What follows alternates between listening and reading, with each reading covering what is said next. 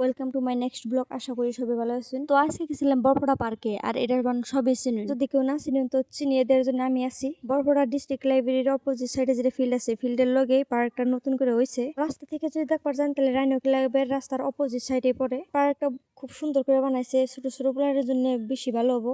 বহুত খেলনার বস্তু আছে, তো পোলাহানি সুন্দর করে খেলাই টেলে হারবো। আর ওরা দেখে কেমন নিতেছে দেখুন, কেমন করে আর তার মনে করে যে ওর জন্য প্রাইজ দিবে। রগো দেখে দেখুন আগেকার কথা মনে পড়ে গেল। আমরা আগে গাছে দড়ি বেঁধে এমনি করে জলঙ্গি খেলাইছি। তো কারা কারা এমনি করে জলঙ্গি খেলাইছি আগে, তো কমেন্ট করে জানাবেন। পার্কটা নতুন করে হয়েছে, তো সেই জন্য এখনো কাম চলে আছে, কাম কমপ্লিট হয় নাই। আর গাছ গুজালি বুনছে, তো গাছগুলো বড় নাই, তো বড় হলে আরো সুন্দর হবো। আর দেখুন অতি যেরকম করে মনোযোগ দিয়ে পড়তাছে, আমরা এত মনোযোগ দিয়ে পড়লে জীবনে কিছু উন্নতি করা হারতাম। আর যাই হোক, অতি যতই পড়ুক আর পানিতে থাকুন নাকবো জীবন ভরা।